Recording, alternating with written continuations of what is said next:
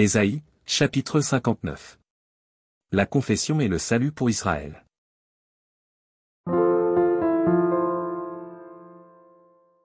Non, la main de l'Éternel n'est pas trop courte pour sauver, ni son oreille trop dure pour entendre. Mais ce sont vos crimes qui mettent une séparation entre vous et votre Dieu, ce sont vos péchés qui vous cachent sa face et l'empêchent de vous écouter. Car vos mains sont souillées de sang, et vos doigts de crime, vos lèvres profèrent le mensonge, votre langue fait entendre l'iniquité. Nul ne se plaint avec justice, nul ne plaide avec droiture, ils s'appuient sur des choses vaines et disent des faussetés, ils conçoivent le mal et enfantent le crime. Ils couvent des œufs de basilic, et ils tissent des toiles d'araignée. Celui qui mange de leurs œufs meurt, et, si l'on en brise un, il sort une vipère. Leurs toiles ne servent point à faire un vêtement, et ils ne peuvent se couvrir de leur ouvrage, leurs œuvres sont des œuvres d'iniquité, et les actes de violence sont dans leurs mains. Leurs pieds courent au mal, et ils ont hâte de répandre le sang innocent, leurs pensées sont des pensées d'iniquité, le ravage et la ruine sont sur leur route. Ils ne connaissent pas le chemin de la paix, et il n'y a point de justice dans leur voie, ils prennent des sentiers détournés, quiconque y marche ne connaît point la paix. C'est pourquoi l'arrêt de délivrance est loin de nous, et le salut ne nous atteint pas, nous attendons la lumière, et voici les ténèbres, la clarté, et nous marchons dans l'obscurité.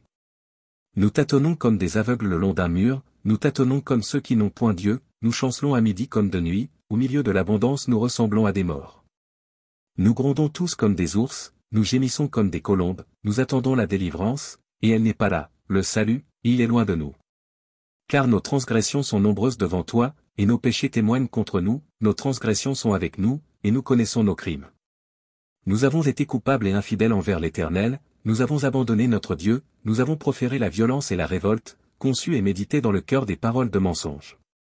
Et la délivrance s'est retirée, et le salut se tient éloigné, car la vérité trébuche sur la place publique, et la droiture ne peut approcher.